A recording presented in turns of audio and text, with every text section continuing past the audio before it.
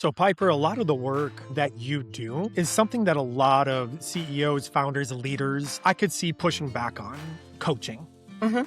It's Mhm. intangible. The ROI many times has a long tail to it, right? It's got a longer time horizon that's built into it. How do you approach clarity with someone who isn't sure that they have a clarity problem? Really, coaching should not be a hard sell, meaning that there has to be some level of willingness because I can walk you through the process. I can bring forth that self-awareness. But if what we talk about in the activities I give you, you don't apply, nothing's going to change. To answer your question, I think there's a better chance at getting someone to see differently if I'm incorporating some of those coaching questions from the platform, meaning I'm speaking to a group or I'm training a group. Because now I'm not just looking directly at you and saying, okay, I know you're reluctant to sit down with me and have this conversation, but let me look at this from a wider, a broader view and bring you into what I'm saying so that you can then come to some form of realization and say, yeah, I think that she's talking to me.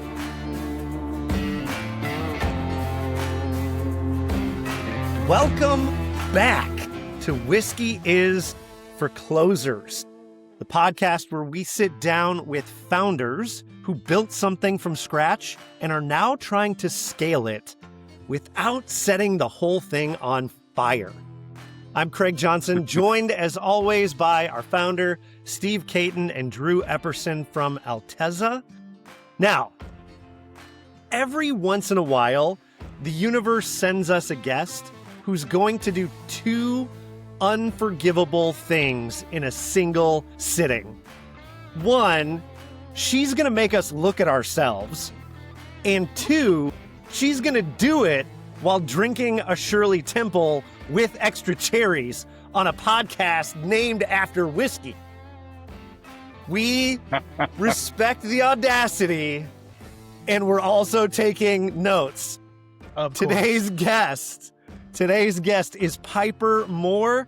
She is an executive coach and founder of PM Morning and the person leaders call when the org chart looks fine, the dashboard looks fine, the calendar might even look fine, and absolutely nothing is fine. Piper's whole practice is built around what she calls the performance gap, that polite little canyon between the outcomes a leader is supposed to deliver and the clarity that they actually have. It's the gap that doesn't show up in a quarterly review, the gap that hides in plain sight, the gap that nobody wants to name out loud at the all hands. And listen, on a show named Whiskey is for Closers, Mind the Gap hits a little different, doesn't it? So today we're getting into Piper's own founder's journey, the leader she sits across from when nobody else can tell them the truth, and the inner work most of us are pretending we already did. And somewhere in there, we're going to ask her to defend the cherries because we have questions.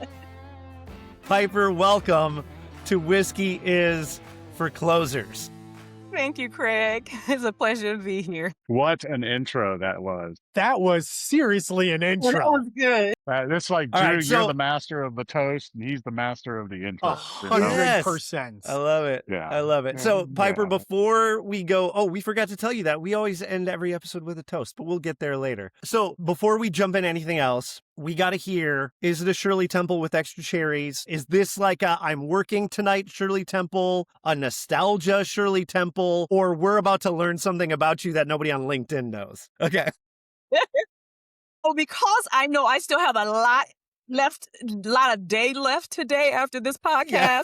I chose to just kind of treat my sweet tooth a little bit. And I so like it. I love my Shirley Temples. I love the cherries. And that's the reason why I went, because I feel like this is a celebratory moment also for all of us to be together today and to be talking about this journey. So this is like my fun drink, my sweet treat, and I love it. I just love it.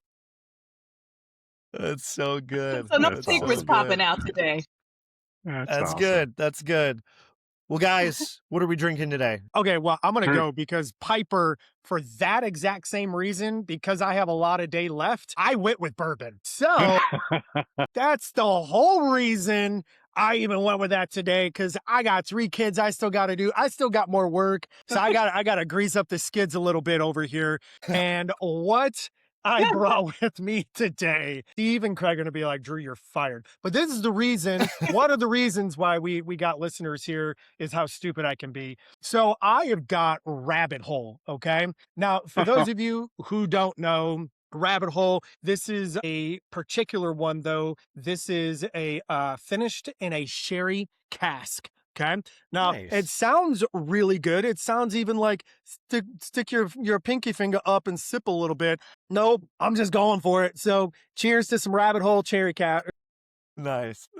Steve, how about you? Wow. That's wild, man. Okay. So we'll try to bring a little culture back to this. I don't know, man. So I was at Total Wine recently, like this week. I went to Total Wine, which is my favorite place to go. There's always somebody really great there. The employees there are so awesome in terms of helping you. And I was looking for some things, and then I told him, "Hey, I'm going to just kind of scope out the bourbon, see if there's something new." Well, he decided he was going to show me some stuff that I probably hadn't heard of. So he showed me this. Bill Austin, which is from Austin, Texas, oddly enough. Okay. This is their cask strength bourbon whiskey and cask strength. So, Drew, like you, I'm going to be ready for some more work after that. But what I loved on their website, they say we make whiskey for everyone: the musicians, the visionaries, the lovers, the scientists, the oddballs, the artists, the everyday dreamers. And Cool. yeah, so very cool website. Cool, and I'm tasting it for the first time, so I'll tell you how it hits here. But it's 118 proof, so I feel like it might have a little burn to it. But Yeah. we'll You're wait for about to that. Just a become the little? oddball after drinking some of that. Goodness Yeah. gracious. Yeah, right. I hope I Oh, make it that's to the so end of the good. podcast. That's so good. Okay, and guys, when we are recording this, it is the week after the Kentucky Derby ran. As you know, I spent a number of years in Louisville, Kentucky. So Piper, I am kind of joining you on the cherry theme a little bit. I did an old fashioned with cherry bitters and a couple of cherries in the bottom. You can kind of see them there. And I did, just because it's celebration, right? Woodford Yeah, Reserve. Woodford. There you go. I think I did this on our last recording as well for the Kentucky Derby 152.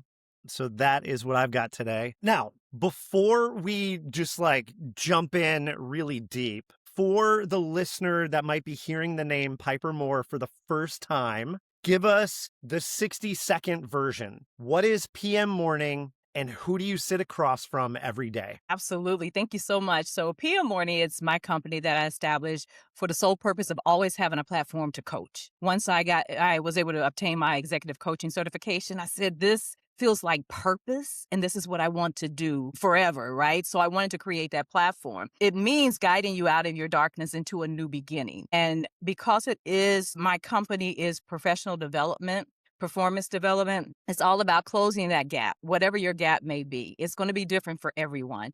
And so my specialty is really, my training is focusing more so on the C-suite, the executives. And what I've learned just through this journey of coaching, training, and public speaking is that not only does the C-suite, the senior leaders, need a partner in their growth, in their development, and their problem solving, so does those individual contributors who have now been promoted into leadership roles. Yeah.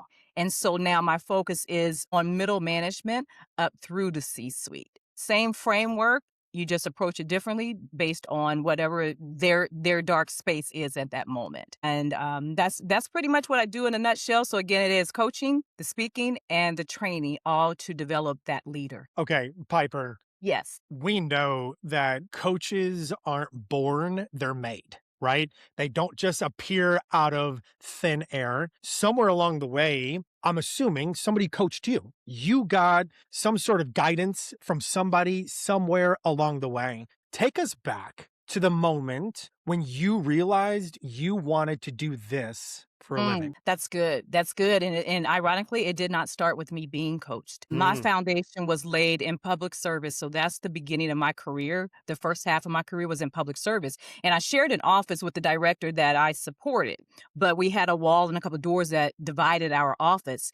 And what I found is I became a resource for my colleagues, right? And what I mean by that, people used to just come in my office, sit down, get comfortable, and have a conversation. They would talk about conflict they may have had with colleagues, issues that they were not able to resolve with constituents, or just personal matters, right? And so I didn't say, well, have you tried this? You ought to go do that. And what I did was sit there and I listened. And then I would just ask them questions to really kind of probe their mindset. What went wrong? What could you have done differently? Have you looked at it from this perspective?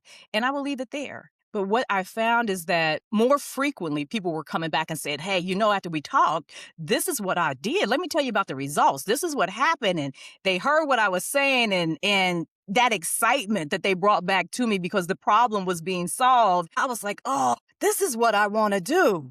I want to be that conduit that helps people to resolve their issues, to break down those barriers, define what those barriers are. This is what I want to do. And I shared that with one of my cousins, and she said, well, Piper, that's called coaching. I was like, didn't know there was a name to it. Did not know. And then I started doing my research and learned more about it. I'm like, oh, there's actually an industry here. But it wasn't until I had the opportunity to enter into the executive coaching training at the University of Georgia that I sat down and was actually coached as well. And I learned so much about myself, and I'm like, so this is where it began taking me to that executive level, right? And so I had the personal experience. Then I went out into the field and actually started coaching executives. And the difference that I was making for them, even with not having a whole lot of in-classroom experience, though I've had experience, the impact that I was having to deep dive into the things that they had suppressed, and being that voice that was being honest, that was calling out things, that was bringing forth that self-awareness. I was all in. And I'm like, this feels like purpose. And so that was when I said, this is what I'm going to be doing. And I've learned how to incorporate that into the speaking and the training as well. Yeah. That's incredible. That's cool. Now, Yeah, that's really cool. I have a follow-up question to that, but I think I heard a university name in there that I'm just going to go ahead. Steve, just go ahead, say something about it. It deserves it. Go for it. What do you want me to say, Drew? Well, she named a particular You didn't even university. say go dogs, like nothing? That's what I'm talking about. I mean, I don't want to be that predictable, guys. I mean, come on. I was waiting for it. You've got it like over, the helmet is over your shoulder, right? Like, Yes, I know. I mean, I was waiting for you to start barking and just going and doing your Georgia Bulldog thing. To say I'm a little disappointed, I digress. I'm trying to be more self-aware. So Piper, Steve is a graduate of UGA. I was serving him up on a platter, and I got the platter slapped out of my hand. So yeah, I think you missed it it a couple of times. Unbelievable. Okay, so here's my follow-up question for you, Piper. Yeah. Because you said something interesting. You said you didn't have any formal coach, but you also said when people would come to you and talk to you, you naturally listened and started asking questions. Yes. Okay, that's not natural in the sense that people like to talk about themselves. People don't naturally stop to listen and ask questions. Where did you learn that from? Where did you pick that up along the way that was the thing that you did when people came to you? I want to say it's because I am an introvert to my core. So it is easier for me to listen than for me to share. I am very personable too. So I don't just share my personal experiences with everyone. So therefore, it makes it easier for me to listen than to talk. And I think being that introvert has really positioned me well to be a good coach, because that's what you do. You're going to listen 80% of the time. So that was a great question. I've never thought about that. But yeah, I think that I would say that that's probably what drives that. It's just being an introvert to my core. Now, you wouldn't know it if we were just hanging out, but Of course. yes, I'm an introvert, and I think that's what was driving it. Awesome. Thank you for that sharing resonates with me. Yeah, that's really good. I think I Introvert. love that too. I think Good. I wonder if that's actually a thing that anybody's done a study on, where introverts are actually in general better at asking questions than they are at talking.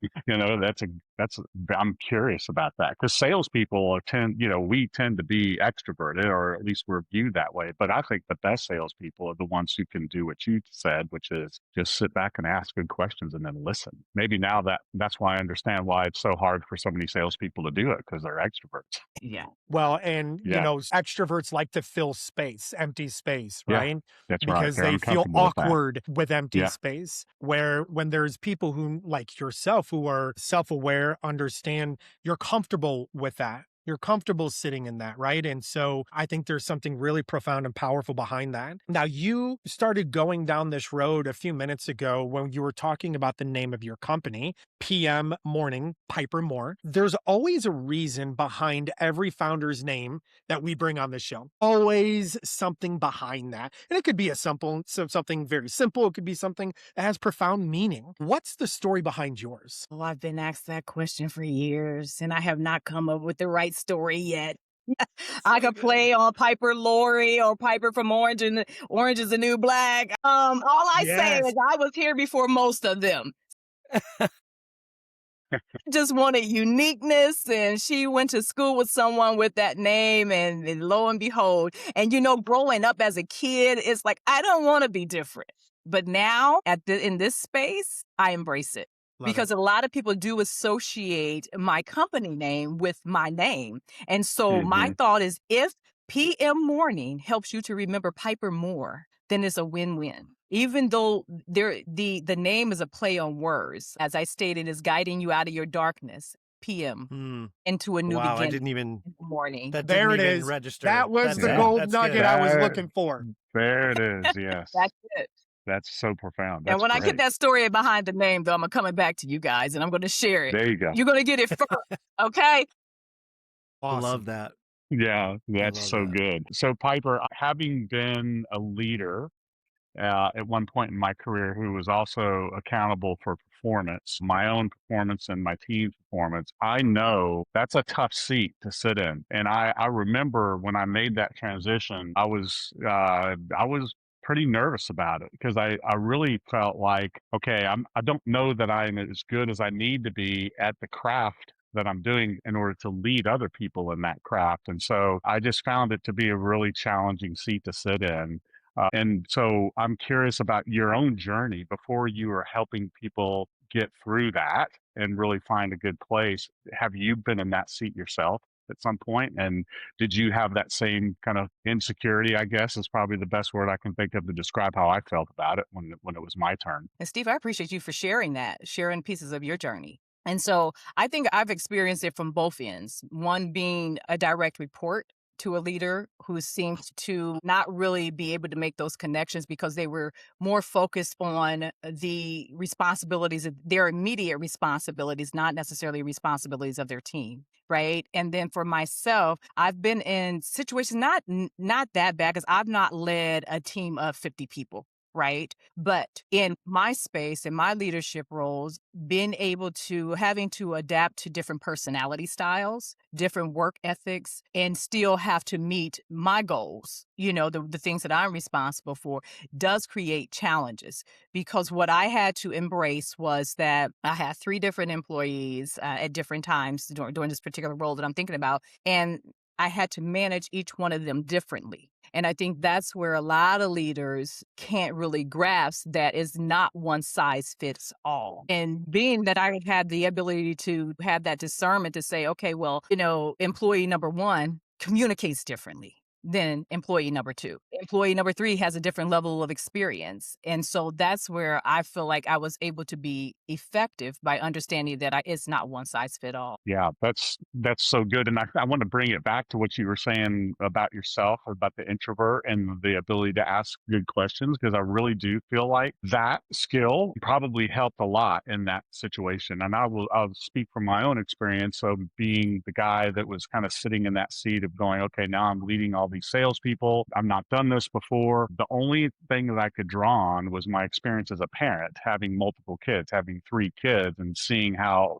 the parenting style that I took with all 3 kids was unique. I couldn't parent them all the same. And so taking that experience and then coupling it with my own introversion, right? And so I kind of did what you said, and that is I just would sit with the team and ask them individually. I'd ask them lots of questions and get to know them at a very personal level. And then that let me adapt my leadership style to their particular preferences. So I really feel like what you said earlier about the ability to ask good questions is such a key skill in that role, because if you just kind of come in like a bull in a china shop with, okay, I read this book, so this is how I'm going to lead, or, whether it's being a parent or Right.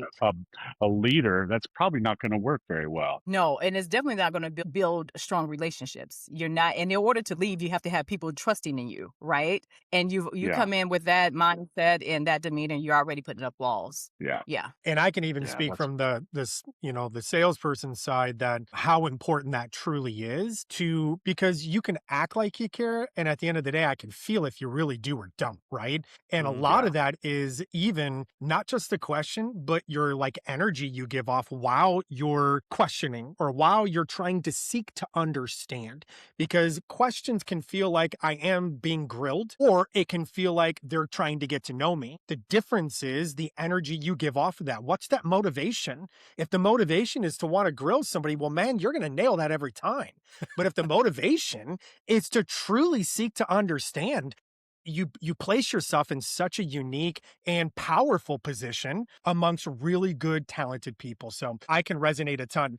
So I got a question, because I'm always trying to put myself in a position of somebody who is listening to this podcast. Let's say they're in their car, not drinking, and they are listening to these different parts of what it is you're talking about. And you had mentioned that your work is about helping leaders lead through clarity and communication and to close the performance gap. As somebody who's sitting in their car listening to that, translate that for the founder, because like, what does that actually look like on Monday morning at 8 a.m. when they're about to step into their first meeting after meeting after meeting after meeting after meeting? How does that translate to somebody like that? That's a very good question. One of the things we were talking about earlier is being able to be quiet. You have to get comfortable in silence. And that's one of the things I would say to practice. So even if you're going into a meeting and you're taking a lot of emotions in there with you, just be still, be quiet, and allow space to come in and get you where you need to be. But what I would say to that is what I want to do and what I do is, in a sense, transform behaviors. So when we can sit down and we can kind of walk through what your current situation looks like, but what is that end result that you want and that you feel like you're not getting. And then we have to define what is that barrier? What is that barrier? It may just be that communication. And that's why I go back to communication often, because it comes down to communication where it's not clearly whatever it is that you're trying to convey, the expectations that you have, the results that you want. You know what you want, and you're thinking it, and you're saying it the way that you feel like it needs to be said, but that may not mean that it's connecting. And sometimes you need to verify that it's being heard so that the results are that you have a better chance at getting to those results. But what happens is that you may be clearly communicating your expectations. The employee can repeat back everything that you told them and say, hey, I understand. But the way that they execute may not be the best way to get to that result. And or they still may get to the end result, but execute in a way that never worked for you, but it still may be that right path. So for me, it is a matter of really defining what those barriers are. Once we can define what they are, we can then create an action plan to change that path to get you to, or at least closer to, your desired end result. And so that can work if you use the same structure when you are engaging with your individual employees. It's the same thing, because you're still going to identify what's not working, and to look at the behaviors that can change in order to create a space where it can start working. But always remembering that it may not be that they have to do it the way that you did it. to get the same results. But outlining some kind of a path, putting some kind of structure in place, being strategic in what it is that you're trying to accomplish, you have a better chance of getting to that end result. Yeah. I know that's kind of long-winded, but hopefully No, that's good. some understanding. No, Okay. yeah. I mean, I'd like to double click on that a little bit more, Piper, because I think about, again, being a leader who sat in that seat of, being responsible for my own performance plus the performance of my team, and sometimes not seeing those results, right, that we were hoping for. I think it was always, for me, it was always, okay, how do I begin to diagnose what's going on? Like, what's really happening? Because I remember sitting in moments where I couldn't tell, is it really about kind of how they're doing the work? Or is it about how I'm leading them? Is it about a miscommunication? Is it, lack of clarity or something like that? So I'm curious, when you're kind of diagnosing that, what's one of the first questions that you ask in order to get to what's really going on? One of the things, like if it's an employee, I would say, walk me through that process. Walk me through the process, how you would execute from beginning to end. Okay. And in that process, you're going to be able to see where they may be missing a step. If they cannot communicate to you each step, then maybe there's a lack of understanding. And so that's one of the processes that I would walk through to really get clarity on what may be missing here. And then another thing that I would focus on is really identifying the employee's strengths and weaknesses, because you may be asking them to do something that they really haven't developed the skill to do that, but they're not telling you that. But sitting down and having that one-on-one conversation and kind of walking through what your expectations are and how they understand the process and achieving that may help you to better identify where they are and where they need their own individual development. And it's the same as if I was coaching you and we're sitting down and we're having this conversation and I'm asking you, well, what is the end goal? What do you believe may be one of your barriers that's keeping you from getting to that goal? What steps have you taken and what have you tried to do differently? And then we can start dissecting all of that. That's great. I love that. That's a good, solid, easy to follow, practical process. So how often does it turn out when you're coaching somebody that you find out the leader themselves is the problem? So what happens when you discover that they're the problem, and how do you deliver that without chasing them out of the room? Yeah. So that was a great question. What I will say is that if I'm sitting down and I'm coaching someone and I'm coaching a leader, typically it's because they have recognized something that they need help with. So it's not a great surprise because we're there to really work on their development. Now, but I have found interesting though, when I am speaking, like I said, I pull the coaching into that as well. That is where it may come out that, well, wait a minute now. Maybe I should have did that differently. Okay, I never thought about it this way, or that is a different way of looking at it. Now I can kind of understand where the employee was coming from, so sometimes it's that, or it may be a training session where you'll see more of that come out of that awareness. Now, but when I'm coaching one-on-one, if it is a leader, that's our goal, is to bring forth all of that. I can say though that sometimes a leader will come into coaching and they have in their mind what we need to work through. But once we start coaching, I recognize that, that's not the path that we need to take. Yeah, right. And so when I start Yeah. bringing things to their attention and that self-awareness comes to the forefront of things that they just either they suppressed or just refused to believe, then it becomes uncomfortable. And you have to continue to work through that. So that's almost like that surprise shock syndrome that kind of comes into play, Yeah, right? Like, Yeah. no, that's not what I'm here for. But this is what we need to work through. Yeah. Yeah, that's great. I love that. And I would imagine too that there's probably some situations where you're coaching somebody in leadership that it was told you're working with Piper, whether you want to or not. That's never really good. That's not a good start when you're told you're going to sit down and work with this person. But I think that's Piper, where you set the environment. What'd you say? I want to quote the famous theologian Taylor Swift. And she said, "It's me. I'm the problem. It's me." So I think that's exactly what I hear you saying. Yeah. And that kind of leads to the thing that I was actually wondering about here, is because much of our audience are founders, right? Yes. And they're doing all of the selling. So when a founder comes to you and they say, "Piper, I have a sales problem," how often do you actually find out that it's actually a sales problem versus, no, we got another problem. How often does that typically happen when you're meeting with them? I think it always happens because, like I said, people come with what they think is the problem. But when you start asking those probing questions to get a little bit deeper into what it may be, is when you realize, no, maybe it's not the sales, but it's your approach. Maybe it's not the sales, but it's your tone. Maybe it's not the sales, but it is your body language of when you're entering into a room to try to sell. It takes time. It's not something that's going to happen in one conversation. But in that one conversation, you might be able to ask some of the right questions to get that person thinking a little bit differently, that maybe it is not what's more surface based. Maybe I need to go a little bit deeper to really figure out what it is I'm bringing into that's creating that result. So it's just So hitting with the right questions. Yeah.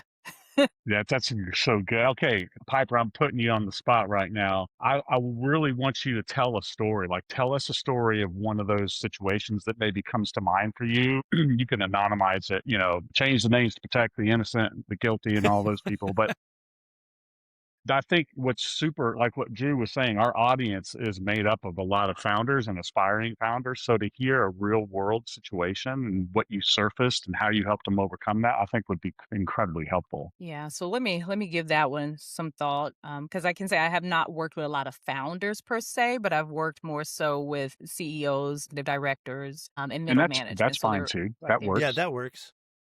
So Yeah. when I think about one in particular, executive director, and she reported to a board of directors. And so, Mm, that's an uncomfortable position also because that's you tough. are reporting to the board and everybody else is reporting up to you, Yeah. right? And I think if I remember correctly, this has been some years on this particular one. She was really just struggling with her interactions with the boards and then some of the behaviors of her employees and just being pulled, like not really understanding what was causing the relationships to be what they were.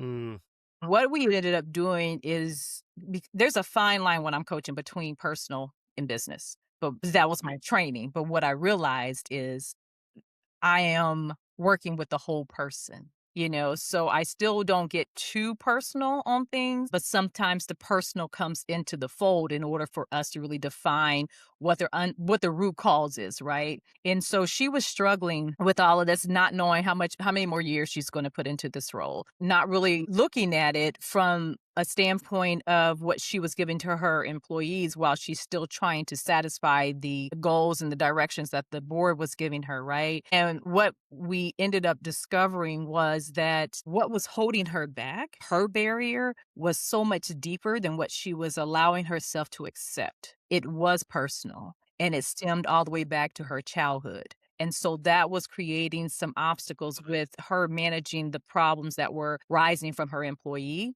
as well as those that she was trying to manage as she was reporting to the board of directors. It got very uncomfortable to where she almost didn't want to come back. And we were halfway through our wow. agreement. Right. So I had to, in a sense, pause. And I had to really meet her, be empathetic. That's one of the traits that not everyone has, but to just show that empathy as to where Yeah. she was and to encourage her of how she can get beyond that and what we could see on the other side and the difference it's going to make in her personal life as well as with the relationships she has in the workforce. So sometimes I think in the leadership role, you really have to pause just to assess and be honest with yourself to say, wait a minute, these are my triggers. And when I think about my triggers, it takes me all the way back to 20 years ago. So if I can let Wow. that go or figure out how to move forward, then I have a better chance at having stronger relationships and getting to where I'm trying to get to. Yeah. That's so good. Yeah. It's so good because it applies to us as a leader. And then it also, we need to remember as a leader that also applies to the people we're leading too, because we all come into every situation with head trash that goes back to somewhere, right? And so the ability to stop and listen and have the empathetic approach, the empathy piece, I think that's gold right there. I think that was the nugget that I was looking for, is the ability to have empathy for other people and what they're going through. It's a big deal. Yeah. So, Piper, a lot of the work that you do is something that a lot of CEOs, founders, leaders, I could see pushing back on coaching. Mhm. It's intangible. The ROI many times has a long tail to it, right? It's got a longer time horizon that's built into it. And they often think maybe they don't even need it. How do you approach clarity with someone who isn't sure that they have a clarity problem? That's good. What would I say to that? How do you approach it just from a coaching standpoint? Really, coaching should not be a hard sell, meaning that there has to be some level of willingness because I can walk you through the process. I can bring forth that self awareness. But if what we talk about in the activities I give you, you don't apply, nothing's going to change. I honestly believe that. And to answer your question, I think there's a better chance at getting someone to see differently if I'm incorporating some of those coaching questions from the platform, meaning I'm speaking to a group or I'm training a group. And what I've learned, what I've experienced is sometimes those coaching agreements come as a result of a presentation or a training session. Because Mm, now I'm not just looking directly at you and saying, okay, I know you're reluctant to sit down with me and have this conversation, but let me yeah. look at this from a wider, a broader view and bring you into what I'm saying so that you can then come to some form of realization and say, yeah, I think that she's talking to me. So Mm, sometimes I have a better chance at doing that from the platform. that's good. Yeah, Yeah, that that's makes a good. lot of So, sense. yeah. One of the things that has been kind of teased out several times throughout our conversation, Piper, is the performance gap, the idea of performance gap. And so I'd love for you to define that in your words, and because people will hear it, they now have different definitions of it. Define it for us in your words, and then tell us where you most often find it lurking or hiding. One of the examples I would say that really comes to mind when I think about the gaps is in retail. Retail is a very Mm, fast moving industry. They have KPIs, right? And so if you have an employee who is meeting 2 out of the 3 KPIs that they need to meet on a quarterly basis, and you see that improvement, but you see there's just this one area they are consistently missing, or you see that it's on a steady decline. They're not meeting their sales goals, but they're increasing their accounts, mm, somewhere around. So that is going to be a gap. Right. So their gap it may not be in getting the accounts, but it is in the sales component of this. So now let's look at that piece there. What are you doing as a manager to begin to make sure the employee has what they need? Are you understanding their strengths and their weaknesses? What's causing them to fail, in a sense, fail in meeting that particular KPI, right? So once Hmm. you can identify that piece, then you can start working towards it. And with management, what's going to make some great impact is consistency. So are you meeting with this employee? Have you set an individual development plan for this employee? And you want to try to do that before you get to the performance improvement plans, So let's work with a Yeah. strategy to trying to help this individual. And so that's just one example. But in general, when you know that you set goals, and this is where I think clarity and communication comes into play, because you may have this goal and the employee think that they're doing everything that they're supposed to do in order to get to where you're telling them they need to be. This is the outcome that we need. These are the results that we need. But because it was not clearly communicated, they're really going down the wrong path. So this gap is here because they're not completing the goals that's set there in front of them because it's not clearly communicated. I experienced that once. I had a supervisor give me mm, explicit instructions on how she wanted me to execute on a particular task. I did it to the end, right? From beginning to end, I executed exactly how she wanted me to execute. And then when I came back to give her the end results, she said, "Well, that's not what I expected you to do." But that's what you told me to do. So had you clearly communicated your expectations or to tell me that, I didn't have to do it exactly how you said, then maybe I would have done it a different way. But the results are still there. So Yeah. it's really just kind of identifying what's not being met. And well, I can't help but think of it since we had the little exchange earlier about the University of Georgia and the Georgia Bulldogs. Do you follow football, Piper, at all? Do you follow Georgia football? Only when my friends are reaching out and say, "Hey, did you see the game today? No, I missed it. I gotta go back and catch that game. When's the next one?" Okay. Well, then it probably goes without saying then that you haven't heard about all the rumors about what Kirby Smart does when someone's in the performance gap on the team. He has a That is correct. megaphone that he He has a megaphone that he has at practice. He has this megaphone, and so when they're doing practice, he's yelling at them about their performance gap through a megaphone, and people outside the practice field can hear it, and they capture it and post it on social media all the time. And my guess is that this would be a bad example of how to manage the performance gap. But anyway, This is what he's done to me, Piper. I was always wondering where that came from. That's It why we works. created I feel this like- podcast, was to expose that, Drew. I mean, course. Kirby is kind of like my hero, so I figured Hilarious. that was probably what would work with Drew, but it's not working. Listen, you're bringing attention to it. That's an awareness that Drew can't run from, right? It's like, no, this is right in front of you. So if you don't want to see me coming, you better close that gap. Bingo. Love it. I love it. Okay, so now that my ego is bruised, I do have another question here. That's okay. That's why I'm drinking Rabbit Hole, to cover up the pain, Piper. It's another Louisville brand, by the way. That's how he That's deals with hilarious. his childhood damage. Okay, now Piper, you've been coaching for years, and the one thing I know about having been a part of something for some time is that there's patterns that start to emerge, right? You can start to see patterns, and you can start to go, okay, I can see where this is going. And you've worked with a lot of leaders. Tell me, what's the difference between the leaders who actually close the gap and the ones who just keep talking about that gap? What's the difference between the two? Yeah, those two people, because you got those individuals, right, who are constantly just talking about the gap. Well, we got a problem. Well, there's an issue here. And then you got people who are actually, they do something about it. They get the megaphone out, they hop on Zoom, and they yell at Drew. You got those people, right?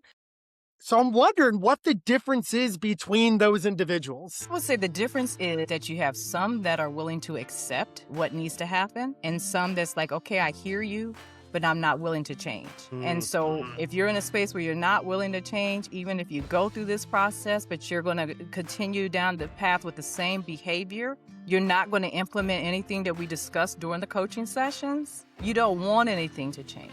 And so nothing's going to change. When you are in a space that you can accept the reality of what your contribution may be or your behaviors may be, and you say, hey, I get it now. No one's ever brought that to my attention. What do we do to make this change happen? That's the difference. The difference is the acceptance and the willingness to change. Dude, That's so that good. right, this is the acceptance, right? Like The acceptance, yes. accepting that I am the problem or this is the situation, calling it for what it is. Because here's what I think a lot of people do. They don't like accepting because at that point, they feel like they're accepting defeat. When really acceptance is not about accepting defeat, it's about owning whatever that problem is. And the moment you can accept that, you can own it. And at that point, the pathway forward emerges, right? Yes. Because Yes. how can you find a pathway emerging forward unless you accept that this is really what it is? Now that pathway shows itself, right? Right. And you got to think about it. If you're not willing to accept it, you're not willing to change, you are willing to accept the same results. We know the definition of insanity. So, exactly. whether you want something to change or you don't, you want a different result or you don't, and just be honest. That's so good. One of the things that makes me think about, Piper, is at what point do you fire somebody who doesn't have the acceptance? If you're working with them as a client, and I'm asking this question not for you specifically, but also for a lot of the people that we work with. I talk to founders all the time who are constantly beat down by customers and clients who are not accepting of the advice or the expertise that they're bringing. So how much tolerance do you have for somebody like that before you say, we're done here? I think it depends on the relationship, what you've been hired to do. Now, if they are hiring you as a consultant, it's your role just to consult, give them your recommendations, your suggestions, and they do with it. If they apply it, they apply it. If they don't, you've done your job. And I think the same is there with coaching, but it gets to a point to where let's say we're 4 sessions in and the individual has put forth no effort. Then what I would do is I would step back and just have a general conversation. This is not a coaching conversation. This is a conversation about, are you in it? Are you not? What are you showing up for? What are your expectations here? And then, then we can make a decision as to, do we need to go ahead and dissolve the relationship now and maybe come back in a couple of months? What does that look like? So I think it just depends. Now, if the individual has not hired me, but the company has hired me, then I'm having a conversation with the company as well as the individual before we sever any relationship. But sometimes it's a matter of just, as a coach, pushing through and maybe changing my strategy to get them to the other side. But you can't force it. Yeah, I think that's really good. At some point in time, you've got to be able to discern whether you're forcing something that just isn't going to happen, right? And then I think for everybody's sanity, it's best to transition out at that point. But yeah, that's good. It's a good framework. And if I could share, I had talked to you all about having a thin line between the personal and the business. I've had to end an agreement when it became too personal. And I had to recommend another type of help for the client. Yeah. Because it was beyond what I could do. And then I suggested, once she was able to get that type of help, we can then try to come back together and continue our work. But that was more so on not necessarily the leadership development, but still professional development services that I was providing to her. Yeah. Yeah. Love so that. It happens. That's great recognition of the fact that you weren't the right solution for her in that moment. Yes. Yeah. Yes. That's great. Yeah. Well, Piper, I can't believe that. This has flown by. We're almost at the end of our time here. I have 2 more questions for you. Okay.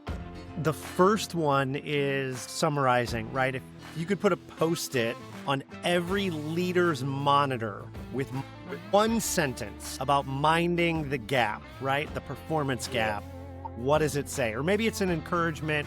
Maybe it's something else. One line on every leader's monitor. Self-awareness and acceptance are the first steps to behavioral change and getting the outcome and the results that you desire. There we have it. That's good. So self-awareness. The other one is really simple. Where can people find you? How can they work with you? Steal your brain? Whatever. Yeah, that one I have a quick response for right there. So I am on LinkedIn, so please feel free to reach out and connect with me on LinkedIn. You can follow me on Facebook as well. And then the website. So connecting with me on my website, you can send me a message. You have our contact information, and that website is pipermoore.com. Keep it simple. More with 2 O's. That's right. PIPERMOORE.com. Yep, absolutely. Yes. Well, as we wrap, we end every episode with a toast. Drew, King Snake, you were designated the all-time toaster. What do you got for us today? That's Mr. King Snake to you, but here we go.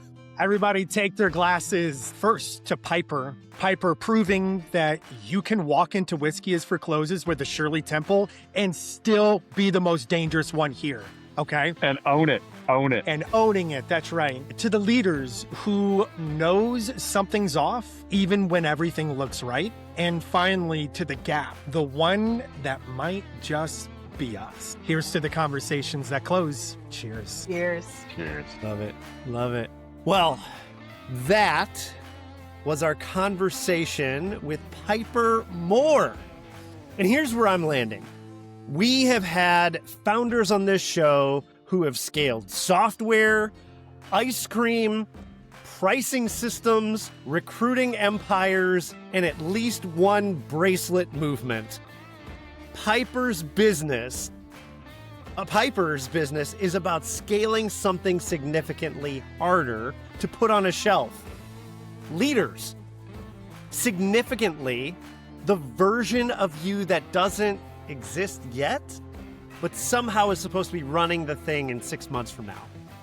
Every self-aware leader listening knows that is not only a brutal process, it's a brutal product. Now, if you spent this episode quietly going, yeah, but my situation's totally different. First, statistically, no. Second, the voice in your head is the gap. So go to pipermoore.com and let her introduce you to it properly. Huge thank you, Piper, for showing up, telling the truth, and proving that you can absolutely close a room with the Shirley Temple in your hand, the cherries we're doing some heavy lifting too. Subscribe, share with another founder in your life who's busy avoiding their own performance gap, and we will see you next round. Mind the gap. Pour something good. Maybe some grenadine. Cheers. Cheers. Grenadine. Go dogs.